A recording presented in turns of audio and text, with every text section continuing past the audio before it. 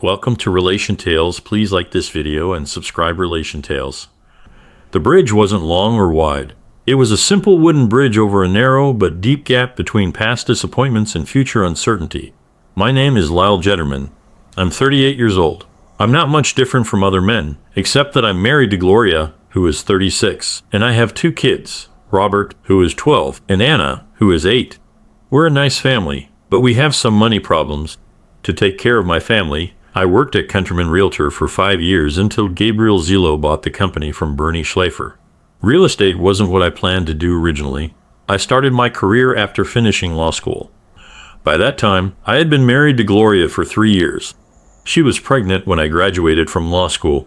It wasn't a very promising job market for young lawyers, but Gloria's pregnancy gave me a strong incentive to find a job that could support my family. The first job I was offered was working for a law firm that specializes in representing banks and closing home loans. It wasn't the job I dreamed of, but it was a job.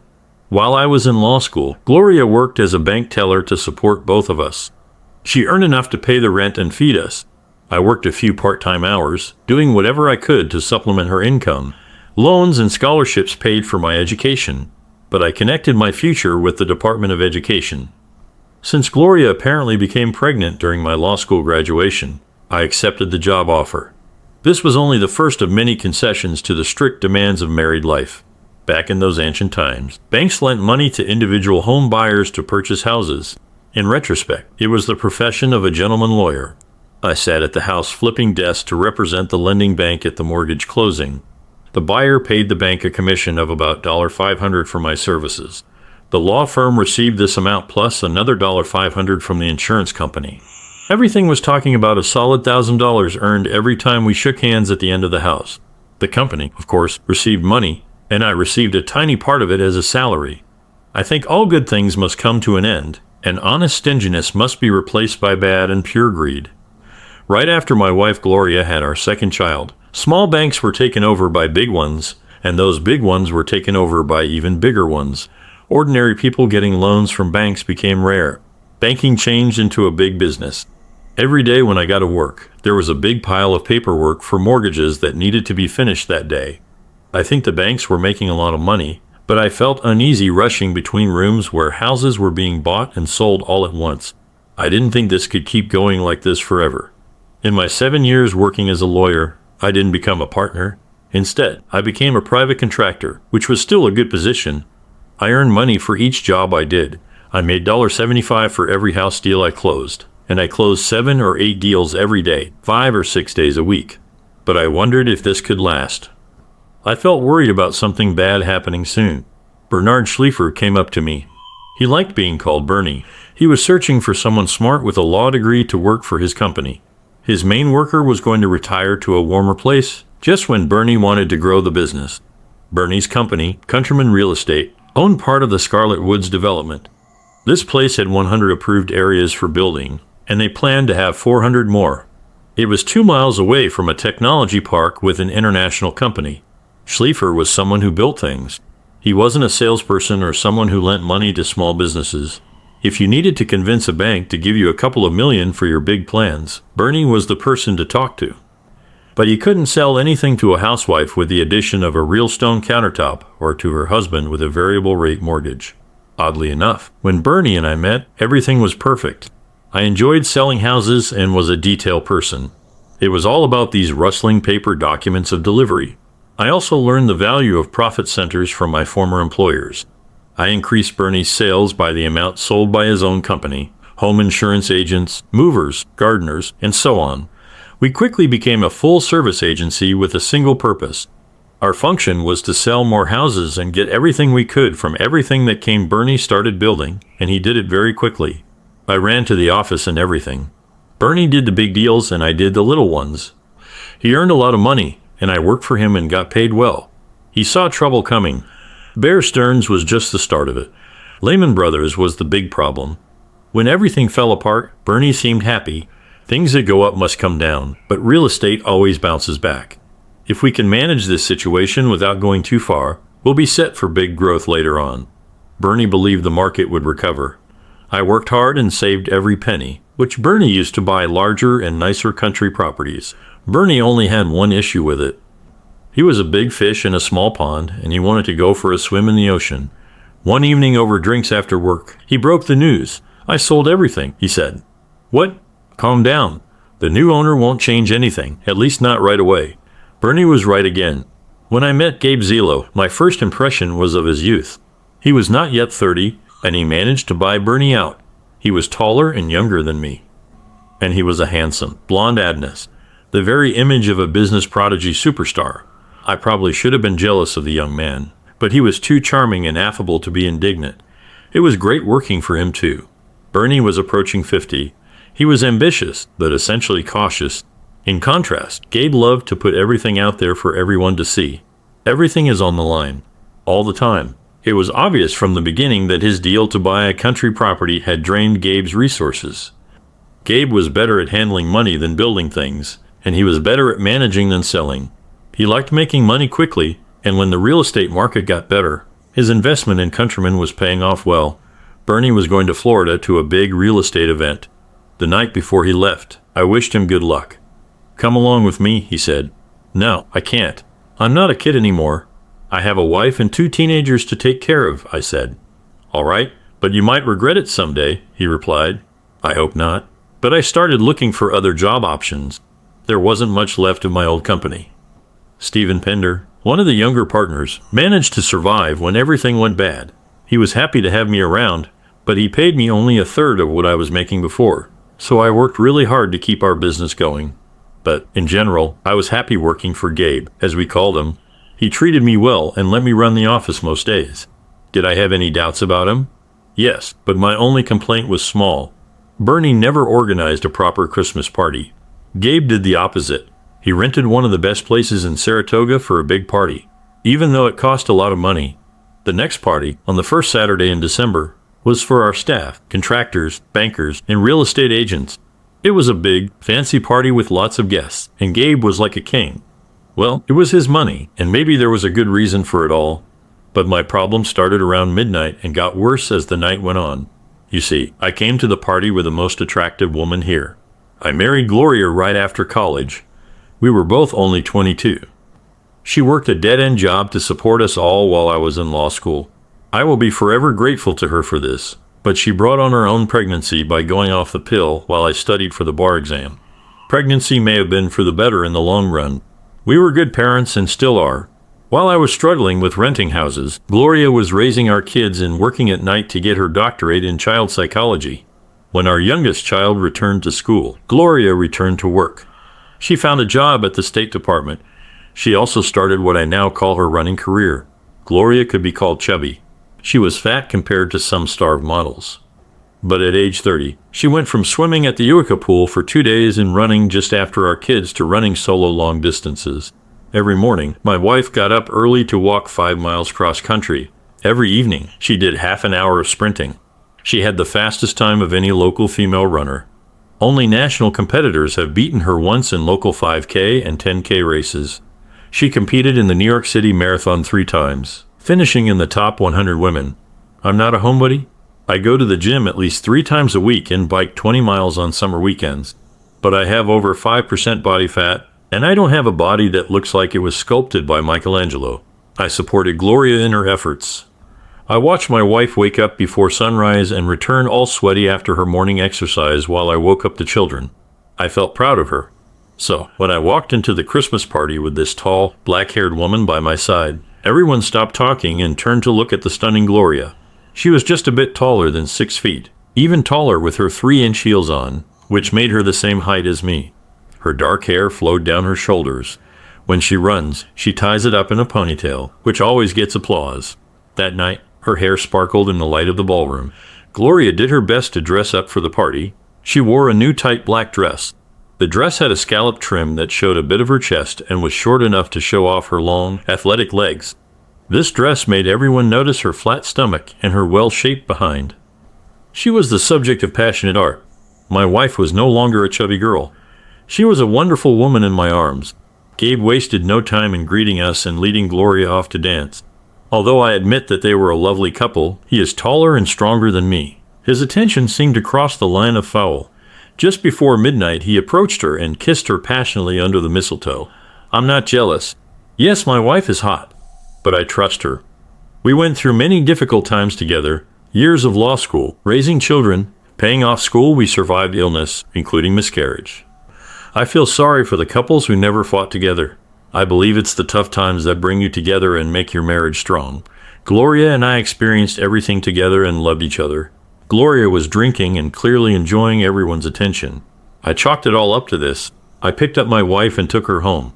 Nothing more was said, and she acted as if nothing had happened. I just drank too much. I told myself.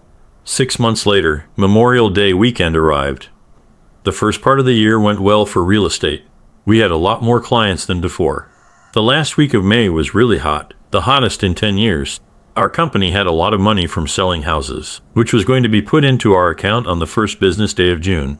We planned to check the checks and pay the banks online when the office opened after the long weekend. Are you coming camping for the weekend? Gabe asked me. Gabe had rented a cabin in the mountains for Memorial Day weekend. He had been talking about it for weeks. He invited both Gloria and me, but I wanted to avoid it. I don't know what Gloria's plans are, I said, trying to refuse him. Oh, she's with us. Looking forward to it. I looked at him questioningly. We spoke on the phone, he said hastily. Why didn't I believe him? But when he left, I called Gloria, and yes, she was delighted. I believe this was the last moment to stop the train wreck. But I just didn't see it. I both loved Gloria and trusted her. MapQuest told me that the ride to Gabe's house would not be easy. I drove my Honda Accord to the rental place and picked up a 4-wheel drive SUV. According to the map, the last 20 miles were on mountain roads and the last 3 on dirt roads. I've been to the Adirondack Mountains before. They can be very brutal mountains. Gabe's home was southwest of Saranac Lake. The journey took almost 4 hours. The GPS only showed the last 5 miles. We turned off the beltway onto the last 2 miles of semi-paved road that ended at a wooden bridge. The bridge was narrow but looked strong. Recently renovated, it crossed a ravine. The gap was not very wide but deep. This type of terrain is common in the Adirondack Mountains. Difficult terrain is the reason they remain wild. I slowly crossed the bridge, wondering if there was another exit. Although the GPS map didn't show one, I had the feeling of a mouse caught in a mousetrap. I wonder if there is a cat here. 3 miles down a rutted dirt road, we came to a 2-story house. It was built on a clearing on the side of a mountain about 1,000 feet below the summit. A dozen Adirondack peaks were visibly to the north. We arrived at a distant place where there was a cabin that seemed rustic.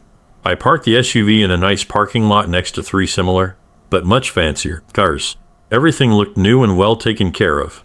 The cabin itself was a modern-style log building that was made to look old-fashioned. It was decorated with traditional panels, but had modern furniture inside. It looked like a big, comfortable modern building pretending to be an old mountain lodge from the 1800s. Gabe went all out to make it look like that. I was sure he wanted to impress someone, and it wasn't me. They welcomed us on the big porch with its wooden chairs and decorations. There were 6 of them, 3 young men, Gabe, and 2 of his college friends. Ken Lewis was the shortest and about 5th tenon, but built like a weightlifter. He was approaching 30, like Gabe.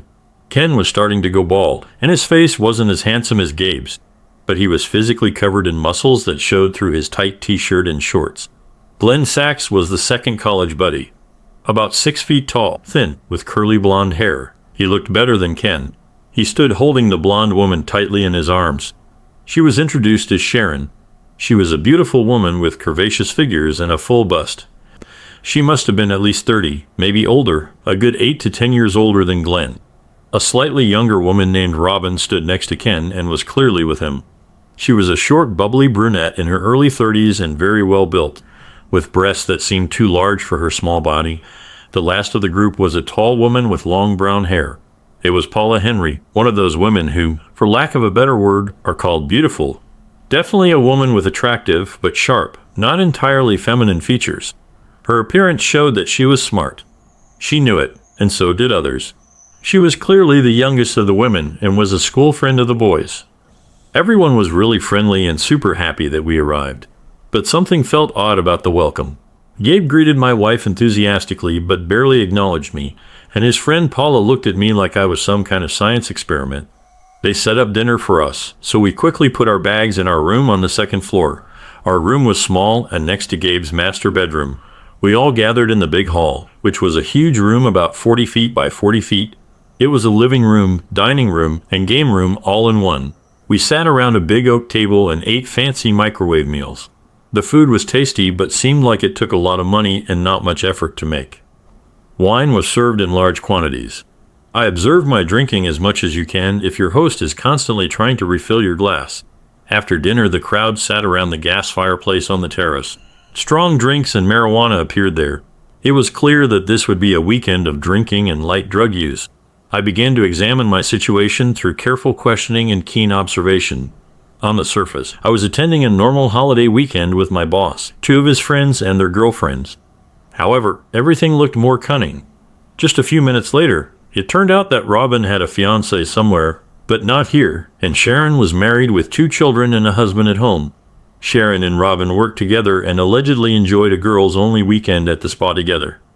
Treason was treated casually and with humor. Paula did not take her eyes off me and did not seem to be part of this group. You'd think she was with Gabe, but she wasn't offended by his open flirting with my wife. In fact, he spent most of the night sitting between Gloria and Paula. Gabe continued to talk mostly to Gloria. My attempts to engage Paula in conversation were met with only polite interest. She sent me signals not to do anything. Around midnight, I sensed that the pleasantly excited guests were ready to retire to their bedrooms to conclude the evening's festivities, but they were waiting for something. Suddenly, Gabe turned to me and said, "Lyle, you must be tired from driving so far." "Yes, honey. Why don't you go to bed and I'll join you later," said Gloria. "No way, not until I've had another drink," I said, grabbing the bottle. "Unless you want it." "Gabe." I smiled at him when I said this, but inside, I was angry at this guy who was trying to flirt with my wife. I also wondered what Gloria was up to. She spent the whole evening with him, just like at a Christmas party. Is she really falling in love? Has my young wife fallen for my boss? That night felt like a waiting game, but I ended up winning. Eventually, Gloria went into the bedroom with me. In our assigned room, Gloria slipped into the shower alone. I didn't try to join her. It didn't make any sense. She acted a little cold towards me. When she came out of the shower, I slipped past her to rinse off too. I expected to find her under the covers when I came out, but she was sitting naked on the edge of the bed. "Please," she said, patting the bed next to her. As I sat down, she turned to me and said, "I want to have fun this weekend. Life has been hard, but I've worked really hard and I think I deserve a break. I have no issues with you. You've been a fantastic wife and mother, especially during tough times. You supported me through law school and managed our kids on my low income while I was studying. You've worked hard to keep yourself in great shape, and you still do more than your share around the house. I'm proud to be your husband." I woke up to sunlight coming through the bedroom window. Gloria usually woke up before me, but last night's drinking and smoking affected her. I got out of bed, closed the blinds, and went into the small bathroom with a shower. It was a small room, but it had everything we needed. I showered, shaved, and went downstairs before anyone else. I decided to look around before the others got out of bed. I moved from the great room to a patio with a fire pit and built-in outdoor BBQ. The patio opened onto a raised terrace with a small pool and sauna. Open water seemed like a risky proposition in the spring in these notoriously cold mountains. But as I climbed onto the terrace, I realized that the entire complex was heated. The higher side of the mountain was covered with solar panels, so the pool was heated, and probably the house too. Walking across the terrace, I came to what appeared to be a small barn. There were no animals, but it was filled to capacity with ATVs, snowmobiles, and gardening equipment, including several small tractors. Passing by this building, I heard the sound of a small stream in the distance. The stream flowed about 20 yards behind a locked barn with a small chimney in the roof. Looking through one small window, I saw a generator and fuel tanks. In this way, gasoline was stored for sports vehicles and a generator for emergencies. Someone took care of everything. This place was an isolated world. Obviously, it was ready for any eventuality. The stream was small and shallow. I thought I was too small for the fish until I saw one jump out of the small stream. "Are you fishing?" a voice said from behind me. I was surprised when I saw Paula standing behind me. "No, not anymore. I used to when I was younger and had more free time. It's a pity, but maybe you can try it out this weekend," I replied. "Do you fish?" she asked. "No, like you said. I don't have much time for it," I said. "How about we have breakfast and then go for a walk up the mountain? It seems like a waste to come all this way and not reach the top," she suggested.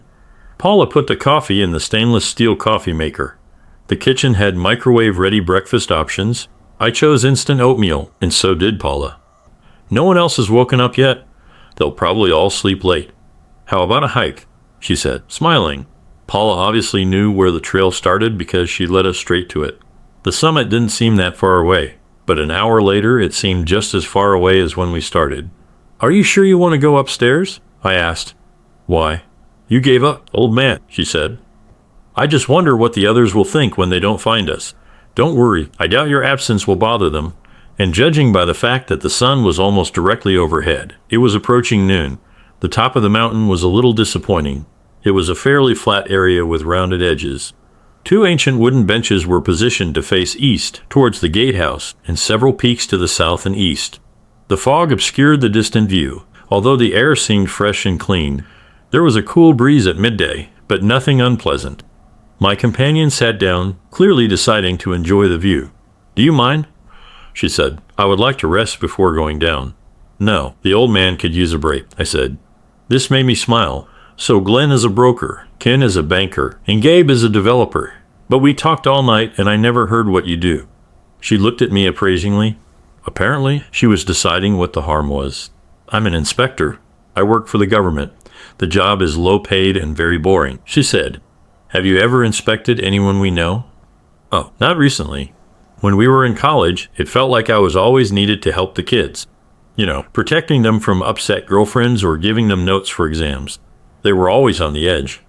But that's what makes them special, you know, extraordinary young people. So, is this your job? Are you helping them out? What's the point of locking the barn door after the horse has already run away? It won't help you get your horse back. Rules only hold things back. It's better if smart people raise their hands and the rest are pushed aside to make way. The best thing is that in the end, everyone benefits according to their own merits. So what is your task for this weekend? It seems like you didn't attend the party last night, I said. She fell silent as if the question had taken her by surprise. I stood up and walked to the side where I could see the road leading down the mountain. There was no other way, only one way out, the only way out. I turned and glared at Paula. Has she thought about this? The rest were, as I realized in a moment of gestalt, completely blind to everything except their own physical appetites. But is it? Obviously, she was looking. She must see the problem the same way I do. I'm just here as a designated teetotaler. I make sure everything is going well, that nothing untoward is happening. Any problems are rejected. I don't want to interfere unless absolutely necessary. You mean unless the Golden Boys need you? I don't think I would put it that way, but I can certainly see what's best for them, for everyone, in the long run. Should we go downstairs? I asked. What a rush. The way back will be faster? Yes, faster, but the slope is steep and maybe more dangerous. You can fall hard. Why bother when you're at the top? She said, but she got up and began to descend. We got to the lodge without any problems, but I started feeling more worried. We found the others by the pool. I'd never seen my wife wearing a black bikini before. It showed a lot of her body with just a little bit of material. The other women were dressed a bit more modestly. As Paula and I got closer, I saw my wife sitting on Gabe's lap, kissing him deeply. They stopped kissing when they saw us. Gabe grinned like he'd been caught doing something naughty, but knew he wouldn't get in trouble. My wife's smile looked too big and fake. Hey, where have you been? She asked. She said, as if she were talking to some random friend. An awkward silence followed. I felt my fist clench, but then Paula grabbed my hand. Well, we obviously missed lunch. And since we made it to the top of the mountain, we deserve some food, Paula said, dragging me towards the cabin. As we left the pool, I heard muffled laughter. I don't know what Paula has prepared. If I ate, I don't remember. She forced a black Johnny Walker on me. It was straight and burned my throat. Think before you act, she said. It's just one weekend in a good marriage, and you need to think about your family. When we returned to the pool, the couples were already settled in the jacuzzi. The men laughed. The women giggled. My wife was still sitting on Gabe's lap. I didn't see his or her hands underwater, but I assumed they were both occupied. They were passing around a joint, and it was clear that everyone was high. Paula took a position where she could watch and where she was positioned between the jacuzzi and me. I pretended to drink more and then definitely walked away. I poured the glass when I was out of sight. It's a strange feeling of jealousy mixed with excitement. On the one hand, I was proud of my wife, but on the other, I was very disappointed. She worked long and hard to transform herself from the chubby girl I married. She was now a beautiful, athletic woman and rightfully desirable. Was proud that men wanted nothing more than to slip into the arms of her strong and loving arms. But what happened to her soul while she was building this fabulous body? Seeing her with Gabe was oddly sexy. I could imagine these perfect bodies united in intercourse. A nightmarish vision, both terrifying and exciting. I wandered around the grounds of the lodge, observing how everything worked. I was just passing the time and feeling anxious about where things were heading, knowing that in the end, I might have to take control of my choices. I went into our bedroom and tried to force myself to sleep. As I lay there, trying to calm down, I couldn't stop thinking about why my wife was flirting and kissing another man. We've been through a lot together, from being poor in the beginning, to dealing with our children's illnesses, and struggling to make ends meet on a middle-class income. We were finally starting to get to a safe and comfortable place. The kids were old enough to take care of themselves. My wife had a decent job, and after so many tough years, I was finally making good money. We had our debts under control and our future was looking bright. Why give that up for someone as empty and vain as Gabe Zelo? There was nothing hidden behind the charm and brash bravado. Take away the flashy exterior and there's nothing underneath. Gabe has never designed a site plan, built a home, or sold a home. He was the head of a business that was run by others. He was a rich man, a rich kid, a prodigy who came from nowhere, whose only asset was the image of himself. What was Gloria thinking? She said she just wanted to have fun this weekend. Was it fun, and how will it end? I was really asleep, and when I went down the stairs again, they had already moved into the large room. Lunch must have come and gone. The drinks were still flowing and the joints were passing by. Gloria was back in Gabe's lap. There was no pretending that they hadn't kissed. The bikini tops were removed from all the women, including Paula, who appeared to be sharing Ken with Robin. I walked straight across the room, heading towards the kitchen and food. I was heating up dinner in the microwave when Gloria walked in. "How are you?" she said. "It could have been better," I said. She seemed to hesitate and then made up her mind. "I spent the evening with Gabe," she said. "I noticed," I said, "when the microwave rang." She smiled strangely when I turned to the microwave. "No, I mean tonight in his room." I sat very quietly. I stood with my back to her. It was important that she not see the pain she was causing me at that moment. "I see, but what about our 16 years of marriage? That's why I can do this. This is just for the weekend. I'll be with you again next week," she said. "Oh, and Gabe won't be upset?" She hugged me from behind, resting her head on my back. "Gabe likes you. He thinks you two have something going on. It's just a short, fun time for the weekend." "Okay," she asked, hugging me tightly as she spoke. "Can I choose?" I asked. "Not really. It's decided. I'm just telling you so you know," she said. She let me go and I heard her leave the kitchen. I walked to where the kitchen opened into a large room. They were already at the stairs. As they climbed, Gabe looked back. He smiled at me and gave me a thumbs up as if we were together. He said something in Gloria's ear. She turned around, waved and smiled at me. I returned to the kitchen. Obviously, everything we went through together meant nothing. My wife left me and humiliated me.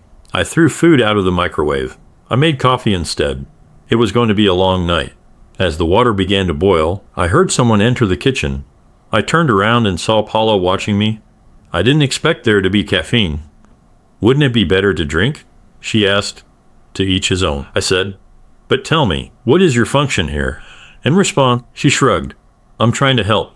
Make sure everything stays calm." "How are you going to do this?" "Sleep with me." She laughed. "No, I won't go that far, but don't be discouraged. You'll get your wife back and maybe get a bonus." "So," I said, "there is money involved. Isn't it always like this? You can't make a fuss because you work for this man. You need to think about your family. What can you do but take what you're given? This is their world, not yours. It's just the way it is." A sharp cry of pleasure was heard from above. "Looks like she's having fun," Paula smiled. "That's good. Everyone's enjoying their time in the mountains this weekend. You know, these rocks have been here for a really long time. Our lives are just short moments compared to theirs. Thousands of years ago, they were covered in thick layers of ice, which carved through them and formed the rivers and gorges that we now have to navigate to live in our world. Sometimes we forget how fragile our existence is. Take away just one small piece, and our world could fall apart. That's when we'll realize it's all just an illusion." Paula laughed. "Oh my God, you're a philosopher." "No, I'm just someone who knows what's important, trying to tell what's real and what's not." She probably thought I wouldn't bother her, so she left me alone with the coffee and my thoughts. Around 1 in the morning, I went upstairs. As I walked past the master bedroom door, I heard loud screams and moans of pleasure from my wife. She was always quiet when we made love, but it seemed like he was better. He was younger and stronger, the best in everything. I assumed that my wife had found the pleasure she was looking for in his bed.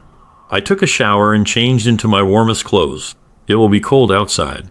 I tried to ignore the noise coming through the walls as I waited. It was already past 3 o'clock in the morning when silence finally reigned in the house. I waited another 30 minutes and went downstairs. In one of the kitchen cabinets I found a flashlight and candles with matches. A necessary precaution, I suggested, in case harsh reality cut off the electricity. The night was truly dark. The moon had already set. You could hear the sounds of the night in the mountains, but to someone who lives in a city, it seemed really quiet. It wasn't hard for me to find a barn and a big can of gas for motorsports. I also found a tool. There was a lock on the door of the shed where the generator was kept, but the hinge was rusty. I used the tool to open it quickly. The owners of the house had a good pump for getting gas out manually. It took less than 10 minutes to fill the can with gas. Then I walked around the lodge for a bit and went back to where my rental SUV was parked.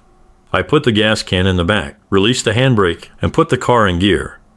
I let the car roll as far down the road as possible before I started it and drove off. As I approached the bridge, I slowed down. I drove along it carefully. When I reached the gravel road, I stopped. I took my time and made sure the gasoline was absorbed into the wood of the bridge. It was a well-made and durable design. It was something carefully made. The work of experienced builders, craftsmen who made good things. Real people built a bridge so that those who live off the sweat of others could have a fun weekend. The fun was coming to an end. I dropped the match. It hissed, then caught fire. The flames rose, then I retreated. A roaring explosion of heat and fire soon followed. I heard a crash as the wood of the bridge caught fire. The flames must have been visible for miles. I turned to my car and drove slowly. There's no need to rush. Everyone who could see was now trapped on the other side. I was sure that I would be long gone before they figured out where I was. By the time morning came, I was already stopping at a gas station off the highway. I filled up the SUV and left the empty can by the pumps. Someone would surely pick it up. With that, the only link between the fire and me would vanish. I returned the SUV around 9 a.m. and got my own car. I showered again and dressed casually for work. I had 2 more little things to do to finish my ties with Countryman Real Estate. Bernie was a good boss, but forgetful. He often called me to pick up something he forgot in his office. I had keys to every door and every filing cabinet. When it came to his office and personal belongings, he had a large new mahogany desk with a built-in safe. Unfortunately for him, he kept the combination in a folder marked security. It was in a locked closet, but I had the key thanks to Bernie. 20 minutes after entering the Countryman office, I took the password diary from Gabe's safe and entered the company's personal account. It would have been easy to walk away and take everything, but that was not my plan. Stealing will bring me nothing but jail time. I simply transferred the operating account to another one. When I first started working for Countryman, we set up a trust account for deposits. With each new project, a new trust account was created, a state requirement. The original trust account was long forgotten. The previous account was recorded in the archives, but not in the ledgers. It was an empty account until I put almost $20 million into it. I transferred all our cash and increased our line of credit just in case. My actions may seem like an empty gesture. Nothing was stolen. Everything was in place, but it will take several days to find and return this money. On early Tuesday morning, money transfers will go into an account that has no money in it. Many payments will be stopped. I wasn't sure how bad the situation would be, but we always owed more money to the banks than we had. We relied on borrowing money. If we lose that ability to borrow, things will be difficult, at least for a while. Countrymen will have to work hard to get a good credit score again. The longer this problem lasts, the worse it will get. Hopefully, Gabe will still be in the mountains on Tuesday. I'll leave because my next step, after I've prepared everything, will be to print my resignation letter. I was just about to leave the office and put my resignation letter on Gabe's secretary's desk when my cell phone rang. I looked at my phone and a photo of Gloria appeared on the screen. I ignored the call. A moment later, the voicemail rang. I shouldn't have listened, but I did. "Baby, where are you? They say the car is missing. I'm very worried." "Call me," said the wife. In about half an hour, the phone rang again. It was Gabe. Hey, Lyle, are you okay, buddy? Gloria is very worried. Right now, at the end, I sensed a slight threat. This brought a smile to my face. On Sunday, there were 3 more calls from Gloria and 2 from Gabe. He was more threatening on the second call, demanding that I call him back. On Monday morning, I went to pick up the children from Gloria's parents. As I was leaving, Gloria called me again. Lily, I'll be back tonight. We need to talk. If you receive this message, please call.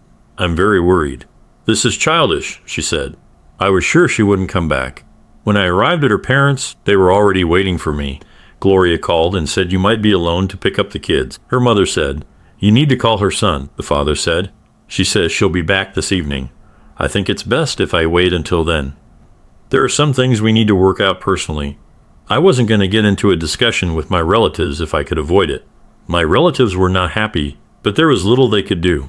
My daughter realized something was wrong, but I told her, this is an adult issue between your mother and I, and to be fair to her, we should wait until she comes back to discuss it. After getting the kids home and getting comfortable, I went to our former bedroom and called Felix Rodriguez. Hey, Lyle, how are you? He asked, answering not so good Felix.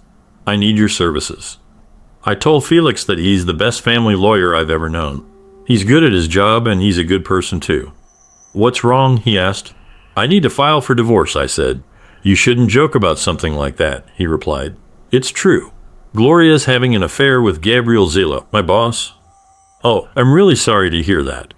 What do you want to do? Felix and I talked about it for about an hour on the phone.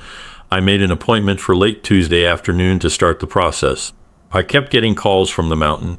It turns out her parents called her. Their messages were trying to make peace. Gloria alternated with Gabe. Now, there are no threats. Hey, guy, if I made a mistake, I apologize. I don't want what happened this weekend to affect our working relationship.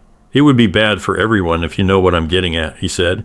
Then around 5 in the afternoon, Lyle, please call. Something happened here.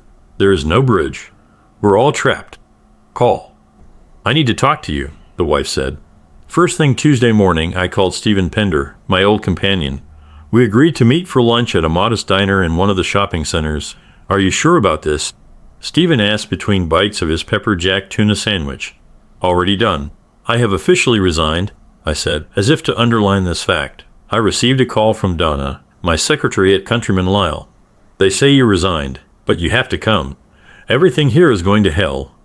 Something is very wrong, Donna said. Sorry, I cannot. I don't work there anymore. I suggest you call Gabe. They say he's stuck in the mountains. Something about a bridge. Hey, sorry to hear that. Well, don't worry. I'm sure everything will work out in the end. Something I should know about, Steve asked. No, I'm not interested anymore, I said. Well, if you're sure, I think I can increase my last offer by $10 a year. If you can start right away, Steve said. Is tomorrow too soon? No, that would be perfect, I replied. On Wednesday morning, I started working at Pandare & Partners. I had barely settled in by Wednesday afternoon when I had a visitor. Where's my money? You're a jerk, Gabe Zillow said. What money are you talking about? I asked. Well, you know, the funds for running things, he replied. Sorry, but maybe you should speak to the company accountant. If I do what you're asking, I'll sue you for stealing money, he said. I just smiled at him. He found a way to get off this mountain. But where are the means to run things? You think you're some smart lawyer, but you're just a jerk who can't make his wife happy. She had a great time with me, and I'll keep seeing her whenever I want, he said, and then ran off. The next day, I got a call from the police. They asked me to come to the station to answer some questions. Sorry, I just started a new job, so I have very limited time. But I can answer your questions in writing and call you back, I said. The officer tried to explain that they don't usually do that, but I quickly explained that I'm a lawyer and I prefer to do everything in writing or not at all. We walked in circles for a few minutes and then he hung up. I knew the police would have to verify the embezzlement charge before they could act. This would mean tracing the money. I expected them to find the money in the company account where I deposited it a few days ago. This should all end there. After that, it will simply be a civil matter, and an unsuccessful one at best. I was wrong. It took them 2 weeks to find the missing funds. By then, the Countryman was in very serious trouble. Its credit has been completely closed by the banks and will require an injection of new capital to reopen it. Gloria showed up late Friday evening with both of our suitcases from the trip.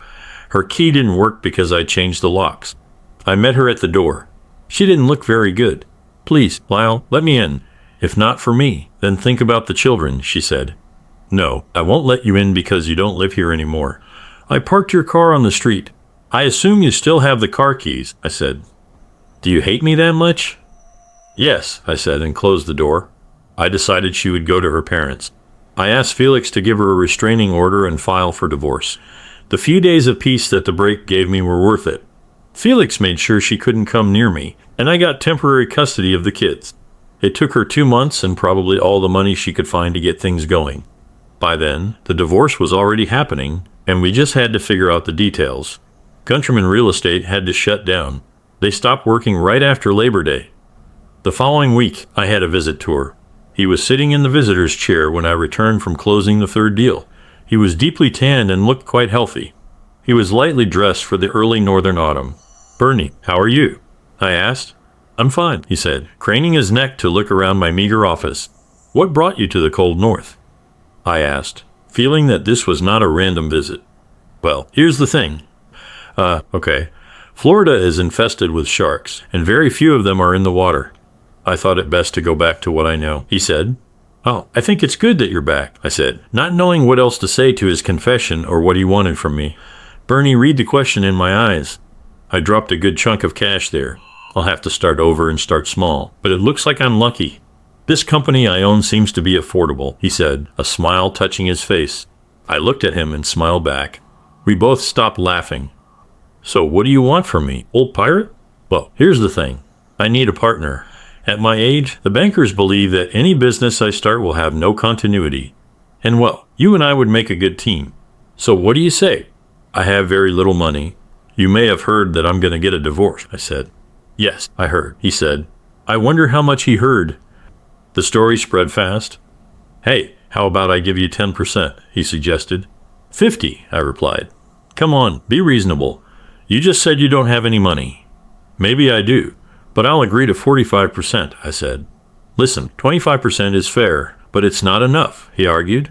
"How about 40% and an option to buy another 10% in 10 years? "All right, I just hope I live long enough to see it," said the man who I knew would be at my funeral. "Bernie and I are back in business." We bought every lot Countryman owned at a discount from the banks, who were now holding them using the same bank's money. I thought it would be difficult for us, but we soon had a very strong business building and selling houses. Life moved on as usual, and so did my divorce. It was mostly a custody and visitation battle. We ended up developing a complex joint custody and visitation system. That's why I came home to a dark and empty house on Christmas Eve. Gloria took the children for Christmas. I was supposed to get them for Christmas. Since Christmas was on a Sunday, they had to return to her place on Monday, which was her day off. The kids couldn't stand this kind of routine. As I approached the house, I saw a figure sitting on the steps. She was sheltered from the cold and light falling snow. I was next to her before I recognized my ex-wife. "Gloria, what are you doing here?" I asked. She didn't look very good. She was even thinner than the last time I saw her, and her eyes seemed empty and indifferent. She had clearly cried at some point in the recent past. "I want to go home," she moaned.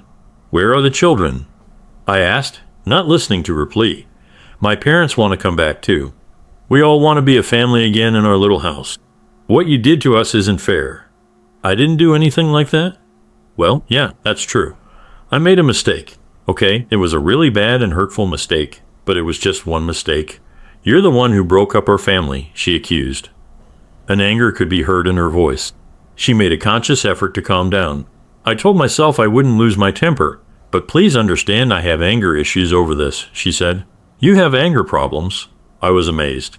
"Don't pretend to be innocent. You're not like that at all. Did you just happen to be ahead of everyone else? I'm not stupid. Lyle, you were never a saint." "I know I hurt you, but I didn't mean to," I said. "Do you really expect me to believe that you thought having sex with another man right in front of me wouldn't hurt me?" I asked. She turned away.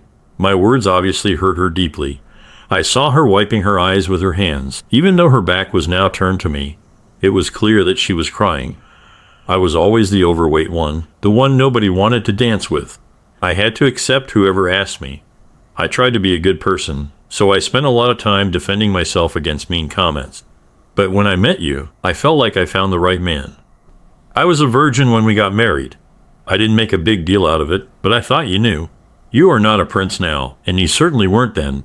You were an ordinary guy, but I loved you with all my heart. Yes, you were a little smarter than the others and a little more ambitious, but we were always broke. I learned to live with lower expectations because I loved you. It hurt me to see you struggling so hard. Then Gabriel came along and everything seemed to get better. He had everything a woman needs in a man. This time the prince wanted me. It was very flattering. After the Christmas party he kept calling me. It wasn't serious, just flirting. You know, beautiful women get things like this all the time. It's not that I haven't been pestered, but not by people from the beautiful, powerful elites. He said nice things about you and how lucky I am to have such a wonderful boyfriend like you. I bet he just fucking loved me, I said. Exactly. He said how hard you work and how he wants to reward you. I knew what he was saying. If I'm nice to him, he'll take care of you. I guess I let him convince me that you would win if I gave in to him. It's true, as is the fact that I wanted him. It was as if there was some crazy sound in my head that was leading me to him. I was torn between hoping that something would happen this weekend and being afraid that it would. Once we got there, all my resistance began to fade away. I turned to you. I did it. I asked you, are you joking? You told me you would go to bed with him. Okay. I didn't say it directly, but you knew what was happening and you didn't stop it, she said, facing me. Tears were flowing down her cheeks and falling from her chin. Her nose was running. I trusted you. Like I said, we were together for 16 years. How could you betray me like this? I asked. But that's the thing. We loved each other. It was just a short-term thing. Nothing compared to what we had before and what we will have after. Are you so crazy that you believe that after hearing you scream in pleasure for him, we can have anything we want? Oh damn, you can't be that stupid. It was all a sham. I wanted to be good for him. I put on quite a show. Such people need and expect it.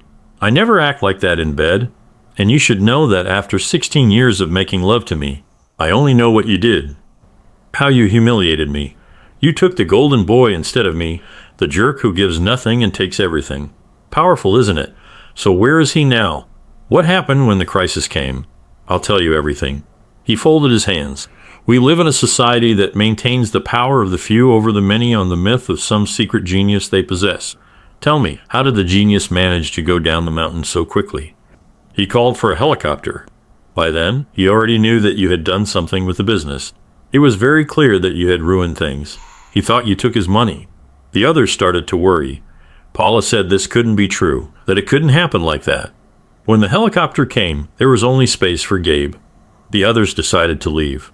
I think the National Guard eventually made a temporary bridge to rescue us. Sharon and I got back together. By then, her husband already knew the truth. She got into trouble just like me. Poor Robin's fiancé broke off the engagement. Glenn and Ken both got into trouble, but I think they got out of it with Paula's help. I think it was only Gabe and us regular people who really bore the brunt. But wasn't the pain enough? She asked, looking at me hopefully. There was a lot of truth in Gloria's words. I wasn't entirely innocent. I worked for Gabe, but unlike the rest of the world, I never put myself with him. I knew the truth, but I refused to admit it to myself. I can't get past how it happened. They contain nothing but false promises. If you look closely, you can see a trap, but no one looked. Illusion is much better than reality. We fought through difficult times and they passed with time. What you and Gabe took from me was the safety of my home. I will never be able to recover this because those bastards proved that what I believed in was an illusion. You and I were just a dream, I said. Saying this, I stood up and walked towards the door of the dark and empty house. She didn't want to give up. Answer me this, she said. Would you rather be alone without me? Or would you rather be with me and our children by the Christmas tree tonight? I looked at her. It would have been easy to hug her, love her, take the kids home to sleep in their own beds on Christmas Eve, and pretend that nothing had happened. But all I could say was, that's a good question, but I don't have an answer. With those words, we turned away from each other. What happened in the past can't be changed. We have to focus on our future. Second story, husband cheated while out of town searching for a trans woman to have sex with. I'm 8 months pregnant and my baby could come anytime now. My husband went out of town for a week, and while he was gone, he was messaging a trans woman on a texting app, trying to meet up for sex. His messages seemed desperate, like he really wanted her to come over and have sex with him. I found out about all of this, but still decided to stay with him. Then, I saw him chatting happily with a girl at the dog park. It turns out it was the same girl who never talks to me when I'm there, except to ask if I'm someone's wife. She gives me strange looks and never says hello or talks to me. I didn't know that my husband goes to the dog park to play with her dog, and he told me he likes her dog. After all this cheating and suspicious behavior, I downloaded a dating app and have been swiping through profiles. I haven't messaged any men, but I feel a deep need for love and physical affection from my husband, who I'm currently pregnant by. But it seems like he's more focused on other things than his wife and our son. So here I am now on dating apps looking at guys' profiles. Doesn't even feel right or good. I don't even care if he finds it on my phone either. His behavior is slowly making me less interested. I still love him, but after everything he keeps putting me through, I can't help but just want to end it. Fuck some other man, and get the fuck over him and this terrible, never-ending nightmare I managed to get involved in. Like I've stayed and hoped for him to change after catching him back-to-back in repeated lies. But I've been pushed so far to a point where I'm now shifting focus and even entertaining a flirt here and there from a man. Like shit, yeah, I'm pregnant, but I ain't dead. And I sure as hell am not gonna live a sorry-ass lonely life married to someone who's got community dick ready to disrespect his wife every chance he gets. It is what it is. His actions are just making it easier for me to walk away. But when will I is the question. After I figure out how to be a single mom? Fucking great. Men that do this to their pregnant wives deserve a special seat in hell. Thanks for joining us on this chapter of Relation Tales. If you were moved by these stories, hit that subscribe button and ring the notification bell. Don't miss out on the upcoming emotional roller coaster of relationships. Your support means the world, and we can't wait to share more compelling tales with you. Until next time, remember, every relationship has a story worth telling. See you soon. Welcome to Relation Tales. Please like this video and subscribe Relation Tales. At the age of 29, I, Van Mitchell, was a fairly happily married man. My wife, Gloria, 28 years old, is an intelligent, personable woman. The only constant sore point in our marriage was my desire to have children as soon as possible. She did not have this desire. The other two characters in my story are Britta Thomas, née Nielsen, 32, and her husband Carl, 36. Britta and I both worked at the same company. I work with computers, while she works in human resources. Britta is the kind of woman who you might fall in love with if you had the chance to date her. She's kind, smart, good at what she does, and very attractive. She's tall, about 6 feet, which might be too tall for some guys, but not for me since I'm also tall. I sometimes daydreamed about seeing Britta without clothes, but it was just a fantasy. At the start of the story, Britta and I weren't close friends, but we were friendly. We were part of a group of employees who went out for pizza together once a month. We even sat next to each other twice. My only real one-on-one contact with her occurred when her computer shut down at a very inopportune usually. Someone from the IT department would immediately help the HR manager with her computer. But that day the flu was raging in the IT department, and the only 2 employees who did not get sick were assigned a system-wide update, which could not be postponed because a possible malware was detected in the system. Since Britta and I were with the group at lunch 2 days ago, she called me in a panic. I went straight to her office. Having fixed the problem in 10 minutes, I performed diagnostics on her computer since I was there anyway. And she agreed with this and was able to extend the 15-minute work to half an hour of pleasant communication. Although there is no need to go into all the relationships of the characters since elementary school, I need to tell you a little bit about myself to make this story realistic. I'm usually intellectually lazy. Although I had enough innate intelligence to graduate from a decent engineering school, I spent most of my time playing basketball, chasing women, exercising, and drinking. I don't do any of this anymore except for training. I work 5 days a week. I do my job well, but I'm not obsessed with it, and I don't do more than I'm supposed to. Sometimes, like any guy, I watch adult movies on the internet. One day, while browsing a new website with photos and videos of amateur women, I saw a woman with the best body I'd ever seen. Her face was blurred in the photos, which were taken secretly. I saved the photos on my laptop at home. There was one photo where her face wasn't blurred, but it wasn't clear. I kept looking at these photos every week for a month, but that's all I could do for now, just look. Our company likes to hold family events. On Saturday, towards the beginning of July, we had a party at the boarding house where there were all kinds of entertainment, including a swimming pool. After a few friendly volleyball games, I was sweating and decided to go for a swim. So I changed into a bathing suit, took a quick shower so as not to pollute the pool water, and went out to the pool terrace. I saw my wife Gloria. who looked very beautiful in a bikini that I thought was too small for a corporate event, sitting on a chaise longue, sipping Mai Tai and talking to other women. I quickly kissed Gloria, went to the deep edge of the pool and made a perfect, in my opinion, a strong splash of water which he caused. It is better never to repeat, swan dive from a height. When, after several dives, I was climbing the stairs, coming out from the deep edge of the pool, a picture of an attractive woman appeared in front of me. Despite the fact that the tall woman was wearing a rather conservative closed swimsuit, it was impossible to hide how seductive her body was. While I was looking at her from behind, wishing I wasn't wearing sunglasses, she stopped, took off her hat and sunglasses, put them on a chaise longue, and continued on her way to the diving board. I saw her face when she did it. It was Britta. While watching her, I noticed something on her right thigh, just under her buttock. It looked like a mark from a photo in the best photos folder on my laptop at home. There was a spot in the photo that looked like a birthmark or a tattoo, similar to a star. I tried to be discreet, but I wasn't very sneaky. I followed Britta for about 15 minutes, hoping to get a better look at the mark. Finally, when I followed her up the stairs by the pool, I got a clear view.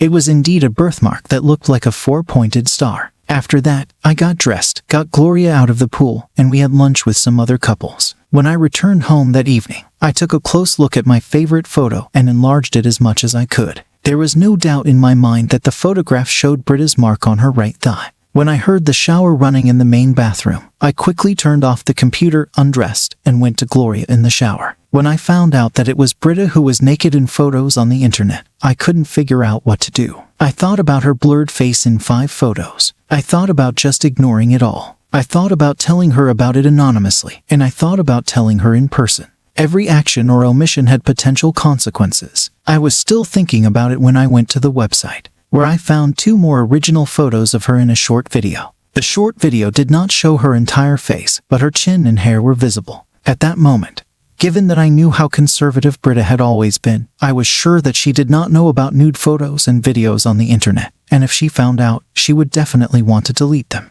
Then I realized that I had to do something. The first thing I did was try to reconstruct her face in one of the photos to make sure it was her. At the same time, if I could do it, it meant that others could too, and Britta certainly wouldn't want that. It was bad enough as it was. I called my only college fraternity brother who majored in computer science. Unlike me, he was really diligent, and I knew he had earned a master's degree. After showing him this shit, I said what I would like to do, without explaining why. He replied, "First, you have to figure out which application was used to blur. As soon as you find out, contact me and I will send you the appropriate software tool." He then gave me instructions on how to identify the blur application, warning me that it would take a long time. After working for about 15 to 20 minutes a night for a week, I finally found the right app. That Friday I sent an encrypted email to my colleague, received the right tool as an attachment to his reply, and then it took me a while to make a recovery. We had a busy weekend, and it was only on Sunday evening that I used this tool as instructed by a colleague. I used the most provocative photo where her face was blurred. After a few minutes it was not blurred, it was Britta. I made Gloria go to bed early. By Wednesday afternoon the following week, after a little introspection, I decided that the best approach was to provide Britta with information from open sources in person. An anonymous email, even if it was sent to her personal email address and not to her company's address, could be problematic. I really liked Britta, and if she had killed the messenger, I would have been very sorry, but it was the right thing to do. As luck would have it, on Wednesday we had one of the pizza days. Both she and I were present, but not sitting next to each other. During the 3-block walk back to our office, I separated her from the crowd and, after a little chat, took a deep breath. "Britta, there's something really important that I need to talk to you about. Do we have time this weekend so that we can meet alone for a maximum of 20 minutes? "I think so, Van." "What's wrong?" "I'm sorry, but I'd rather not talk about this here. Let's wait until we're somewhere private. I promise I'll tell you everything you need to know."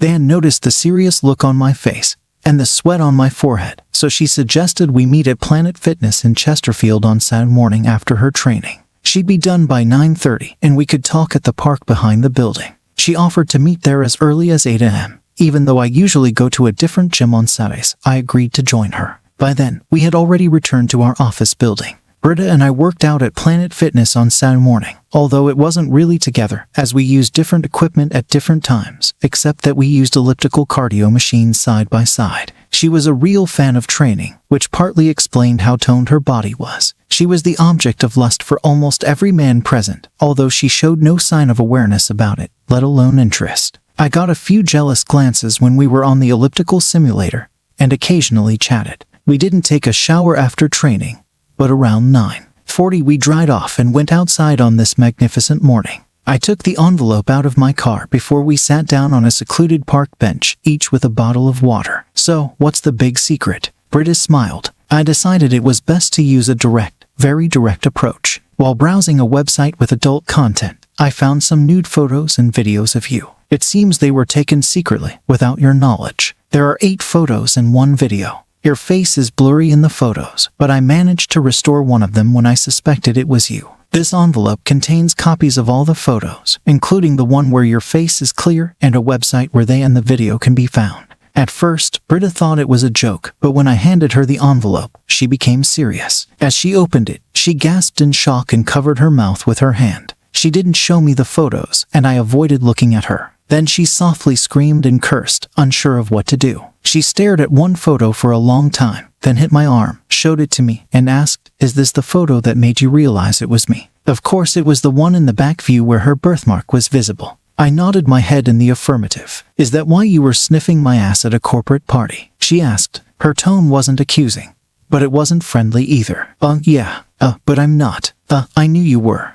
I noticed," I muttered, feeling my face turn red and sweat break out on my forehead, but not from training. "I do not know if this makes you more or less a pervert, but at least it explains everything," she snapped, making me blush even more. As she was clearly considering what to do, I felt the urge to explain myself. "Listen, Britta, I've been thinking long and hard about giving you this information. I only did it because, judging by the photos, you didn't know anything, and I'd bet $1 million that you didn't know about the video. If you need my help to remove them from the website, I could help, but the desire must come from you." Britta stared at me for a long time while I blushed and sweated even more. Finally, her expression softened and she said, "I didn't know anything about these photos and videos. It's clear to me that my husband Carl took them and published them, and he'll damn well pay for it. I understand that it was difficult for you to do this, and despite my initial reaction and my embarrassment that you saw these photos, I sincerely thank you for this." With these words, she quickly kissed me on the lips, which scared me. Then without further ado, she put everything back in the envelope, stood up and said, "I promise I will destroy them." I replied nervously. "Wait until they are deleted and then do it," was her unexpected response. A few days after the Sabbath revelation, a lot happened.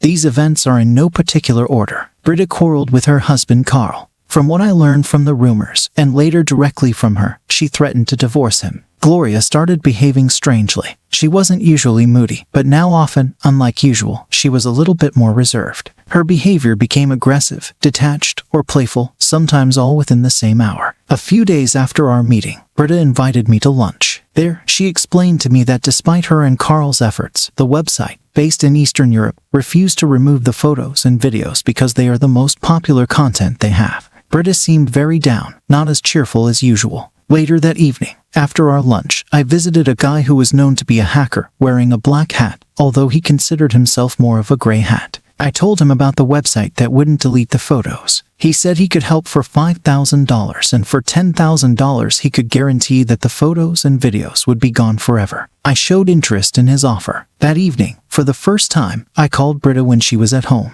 I explained what the black hat hacker could do and how much it would cost. I assured her that I could act as an intermediary in the process. Why I took such a risk I do not know. Maybe I was thinking with my small head and not with my big one, guaranteed that if they were not removed, I would pay half the cost. She sweetly declined my offer of payment. "It's not your fault. All this happened because of Carl, and he will pay one way or another," but accepted my offer to be an intermediary. I got the money from Britta, and on Saturday morning I tracked down Damon, the black and gray hat. When I gave him the money, I exaggerated a little. I told him that despite my degree, I could never match him when it came to computers. How wonderful the woman who was treated unfairly was. How grateful we were, and I even shed tears. He swallowed it. Damon called me on Thursday night the following week using a disposable phone. "Check the website," he said with a chuckle. "You're a fucking genius," I blurted out. "Everything went a little better than planned," he continued. "The jerks running the site had a big hole in their security system, which they paid for." The grateful one said with a laugh, "When I brought this to their attention, I became $100,000 richer, so I'll refund you $10,000 if you and your friend will come to pick them up." I was full of gratitude again. I checked the site and the photos and videos really disappeared. I immediately called Britta at home and told her about his proposal. She was confused. You mean because he found a hole in their security system? They gave him $100,000 and took my photos and videos. I chuckled. That's what he meant, but I know that's not what happened. It was a ransomware program. He shut down the site and wouldn't have given them the key to unlock it if they hadn't paid him $100,000 in bitcoins. When he unblocked the site, the offensive material was deleted. Holy shit, was her reply. On Saturday morning, we went to visit Damon together. I knew damn well that he just wanted to see her in the flesh, and I prepared her for how to act. We want this guy on our side, I smiled. Britta played it right, complimenting Damon and hugging him tightly twice, because she was 10 times more beautiful than any other woman who had ever touched him in his entire life. He had a smile as wide as Mississippi. As we were leaving, she told me, "There's no way in the world I'm going to tell my husband that I returned the money. It's going to be hidden in the company safe in the HR department."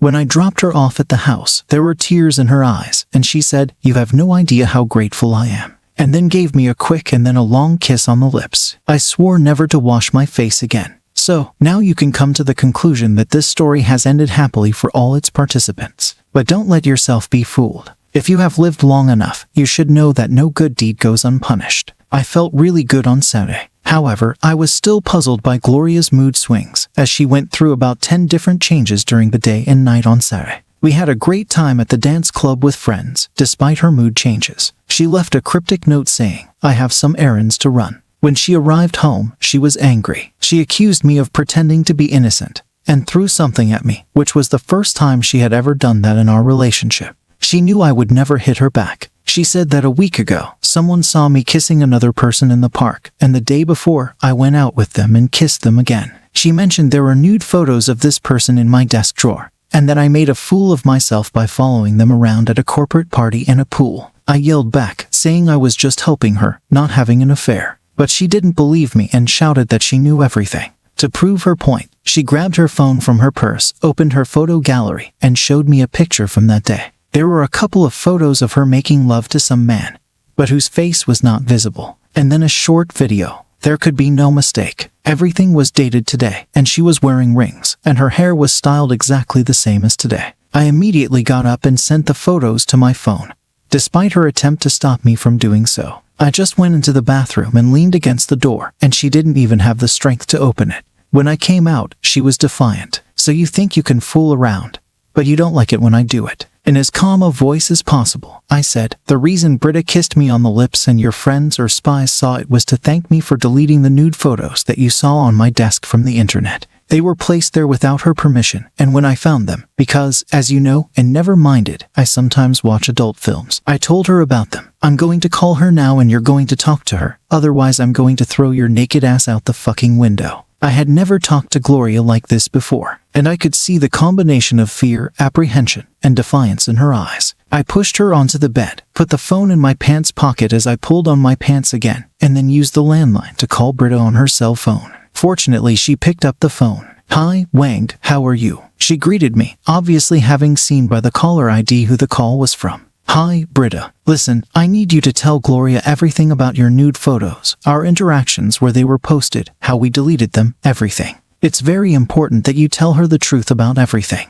Good, I think," was her timid reply. "I'm going to give her the phone now," I continued, and then handed Gloria the phone. I had no desire to hang around here. I took a quick shower, got fully dressed, sent the marriage-killing photos Gloria showed me to my computer, and then went out for a drink for the first time since college. As a result, I got high, which I swore I would never have again after graduation. Then I went home by Uber so as not to get into an accident. I was surprised when Uber pulled up and saw Britta's car backing out of my driveway and going the other way. When I stumbled into the house, I was greeted by a repentant Gloria. I gave her a piercing look. I owe you an apology," she sobbed. "Oh, really? What the fuck did you do that for?" I growled at her. "Britta showed me the recordings of her meetings with you, and it became clear to me that you and she were not having an affair, and you were just helping her, but you should have told me. It was news to me that Britta was recording our conversations. I figured technically it might be breaking the law, as our state requires agreement between both parties. But I didn't have anything to hide, and in the end, I was relieved she did it. Despite my state, I was alert enough to cut off Gloria and yell, "Yes, you're going to sleep with just anyone," without listening to me. Then I stumbled into the guest bedroom, locked the door, put in earplugs, and fell into a restless sleep. When I woke up on Monday morning with a hangover, I didn't know for sure, but it marked the end of my marriage. Gloria's refusal to talk to me, followed by her extremely hostile response, was too much. Even though I went to 3 counseling sessions with her, it didn't help. I just couldn't handle it anymore. So, a month after that Monday morning, I filed for divorce without even touching her again. I was trying to get Gloria to tell me who her boyfriend was. Even when I lied and said it could save the marriage, she obviously didn't believe me. She knew I would be furious, so she never gave in. As soon as I served her, I informed her, "Be sure to tell your friend that if I ever find out who he is, I will beat him half to death. Since it's not my way to hit a woman, he'll take your place." After that, Gloria realized that there could be no apology or anything like that she could do to save our relationship. So the divorce went through quickly, dividing everything 50, without any alimony for either side. We sold the condo and moved into apartments on opposite sides of the city. At that moment, I was really happy that we had never had children. Britta and I remained friends while my divorce was going on, and she even joined some of my friends who took me to a baseball game.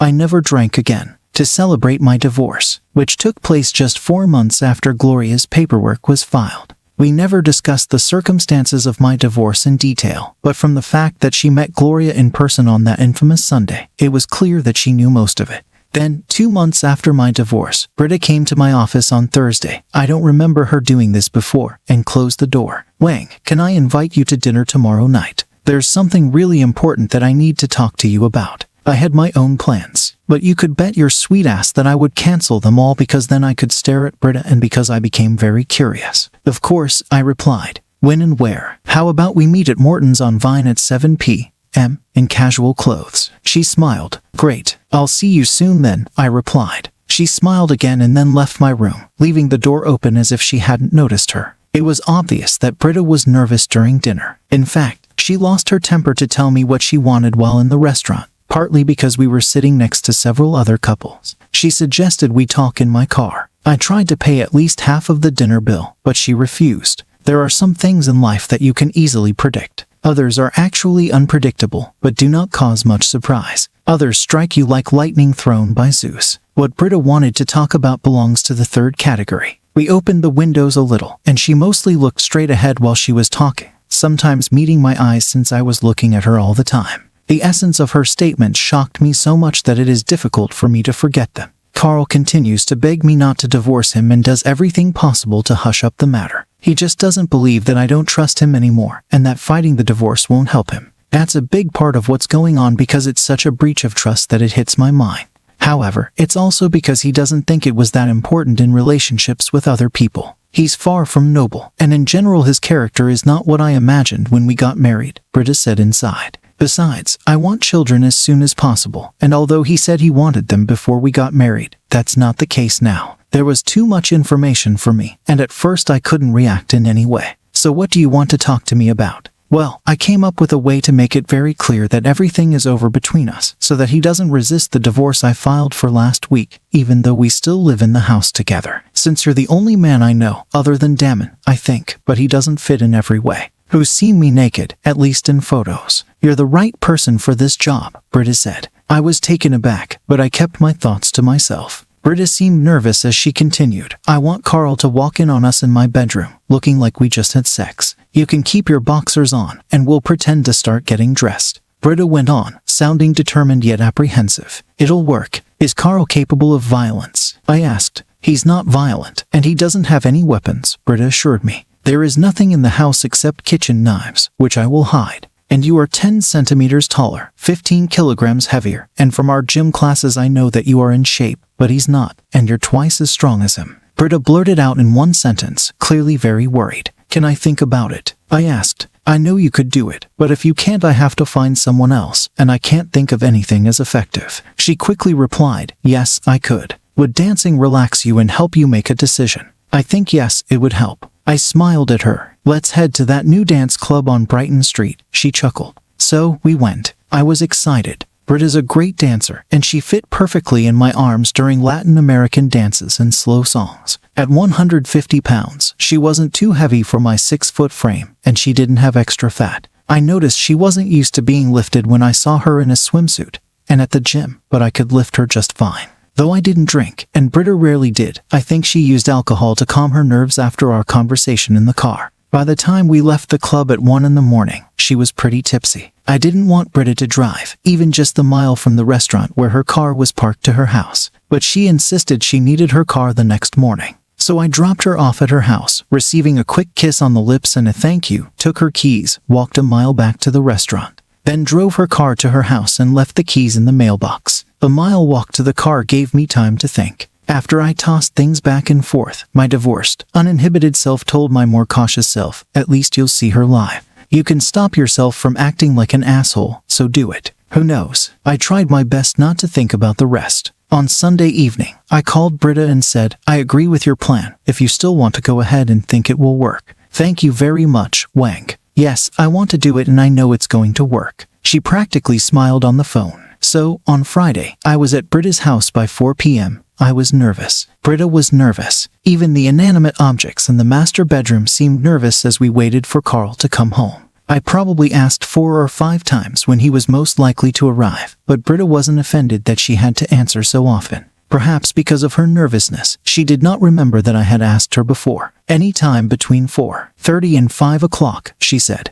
I was naked except for my boxers, but the rest of my clothes were laid out so I could get dressed quickly. Around 4:40 in the morning, we heard the garage doors open. Then, we heard someone place what looked like a briefcase on the kitchen table after opening and closing the inner garage door. As footsteps approached the stairs, Britta followed our plan and took off her robe. I acted like I was putting on my pants. I tried not to stare at Britta, but she looked even better in person than in the photos. It was obvious that there was no need to touch up her pictures. Carl pushed open the door of the master bedroom, asking, Britta, you're here. When he entered, his eyes bulged out of their sockets. Britta gasped, good game, and then said, I'm sorry you had to see this, Carl, but I told you it was over between us. You had to accept it. There was an unhappy expression on his face that, if I hadn't known all the many good reasons Britta was divorcing him, would have made me feel sorry for him. He sighed heavily, making a sound that was somewhere between a squeal, a sob, and a cry, staggered for a few seconds, then turned around and left. We froze when we heard him coming down the stairs, heard the inner garage door open and close again. His car started, the outer garage door closed, and then silence fell. All this time I was expecting Britta to start getting dressed. She didn't do it. Then she came right up to me and said, I'm sorry it was so sad, but it had to be done. Thank you for your help.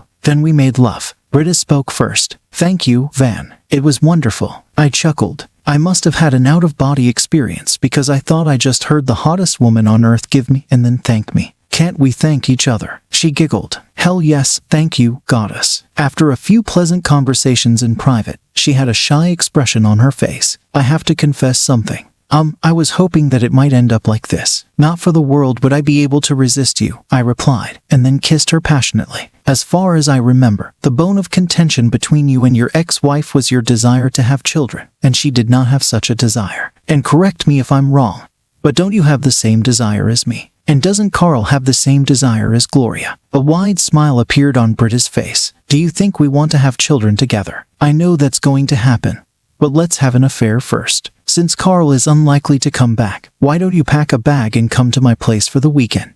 Will there be room for me in your bed? She giggled. It's big enough, so if we mess up one side, we'll just move to the other, I joked. That works for me, she laughed. We got dressed, changed the sheets on her bed, and put the ones we used in the laundry room while she packed her bag. She followed me to my apartment in her car. After I made her a light dinner, we spent the rest of the weekend figuring out if we were compatible. Although our trick on Carl was cruel, it worked. Britta spent most of those 4 months, while their divorce was going through the court system, in my apartment. We made a plan to verify our compatibility, and stuck to it. Fortunately, after the first month, there was little doubt that we were as compatible as possible. There were no major problems outside the bed, either. Our biological clocks seemed to be synchronized, as well as our libidos, and we had a lot in common as well as enough differences to really make life interesting. Since we worked in different departments of the company, and were not part of the same management tree, our relationship, which we did not hide from colleagues, did not have a negative impact on our work. However, there were several disappointed people who would like to get a chance with Britta or with me, but they were discouraged by the closeness of our relationship.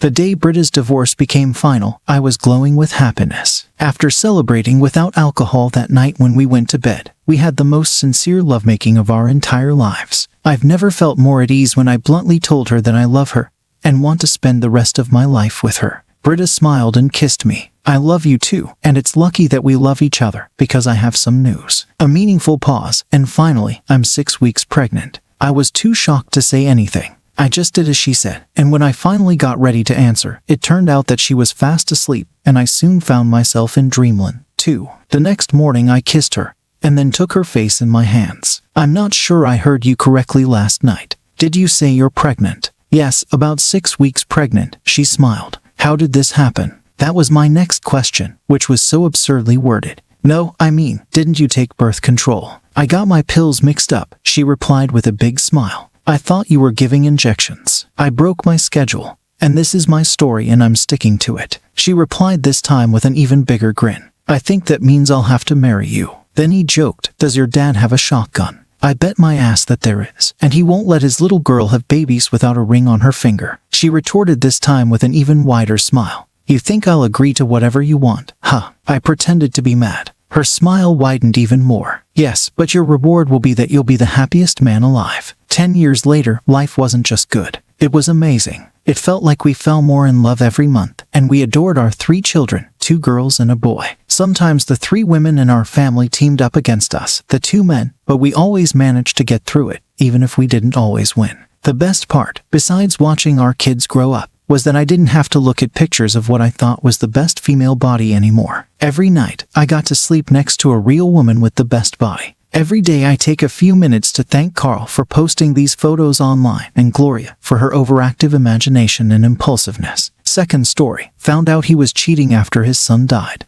The question I need answered is at the bottom. Here's my situation, in case it influences your answer. My fiancé and I have been friends for 13 years, in a relationship for 3 and engaged for 1. His son was 11 when he passed away in December right before Xmas. So even though I've only been his stepmom for 3 years, I've known his son his whole life and always loved him as my family. When we became a family, it only intensified. I found out 3 weeks ago that he has been cheating on me the whole engagement. More emotional conversations and connections than physical sex, but it's all bad to me. Because one connection was with his ex, that he kept saying was crazy and stalking him, but that was a lie. He is still in love with her. However, as hurt as I am, finding out he cheated after the death his son is bothering me the most. I always stayed away from him romantically because he was a womanizer. Even when we got together, I didn't expect him to change his ways considering I never saw him have a long, healthy relationship. Just always 2-3 girlfriends and drama. I'm bi, and at one point, we had a 3-way relationship with the ex. I loved her too and enjoyed the dynamic, but she couldn't handle being second to me, so they broke up.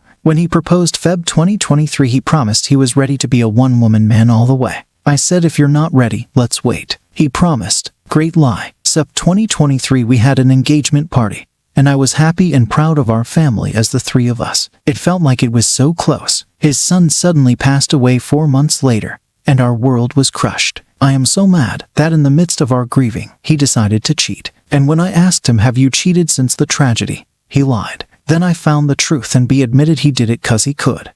Because I trusted him 100%, he took advantage 'cause he knew I would believe him. I am also bipolar, so when his son passed, and he would be away for so long at night, I just had excessive obsessive thoughts. To quiet my mind, I would say to myself, he is grieving, he just needs to clear his head now to think back and wonder which nights he was cheating and which nights he was just getting some air. Makes me so mad. It's so selfish to cheat in general, but to do it now makes me so fucking angry. I'm already mad my stepson is gone. I feel it daily and I loved him, but since I didn't birth him, most PPL don't check on me. Only his parents, and I fully understand that. I just grieve alone. My fiancé knows how much this hurts me too, and I'm mad he didn't think to stop cheating now that we have a bigger mutual painful halt. Most couples do not survive the loss of a child, and we both know this, but had I not found out, he wasn't going to stop. His selfish behavior towards women always pushed me away. I'm not surprised he hasn't changed for me. I'm just upset he proposed. We merged families, we faced the loss of a child, we're going through so much, and he's still the same. Whether it's good or bad, nothing has changed him. I'm so angry, I'm furious about everything. And he's asking for one last chance to prove he's changed. But honestly, I feel like I'm wasting my time. He says I'm the perfect partner, and being in love with your best friend is something he can't replace and doesn't want to lose. But I just feel foolish because he did exactly what I've been expecting for over a decade. As a faithful woman, it's not hard to be committed when you respect and value your partner. It hurts so much to be so small, as considering how much we've been through these 13 years as friends to lovers. Are there any cheaters, promiscuous PPL in here who actually stopped and became faithful? I would love for my fiancé to be one, but I doubt it's a realistic expectation. Edit, I do not expect him to change. I just want to see if it's happened to anyone or if they changed themselves. Since he had always been promiscuous, I'm not surprised. I'm just mad as hell. I thought proposing was a showcase that he had changed fully. I know now that it meant nothing. Thanks for joining us on this chapter of Relation Tales. If you were moved by these stories, hit that subscribe button and ring the notification bell. Don't miss out on the upcoming emotional roller coaster of relationships. Your support means the world, and we can't wait to share more compelling tales with you. Until next time, remember, every relationship has a story worth telling. See you soon.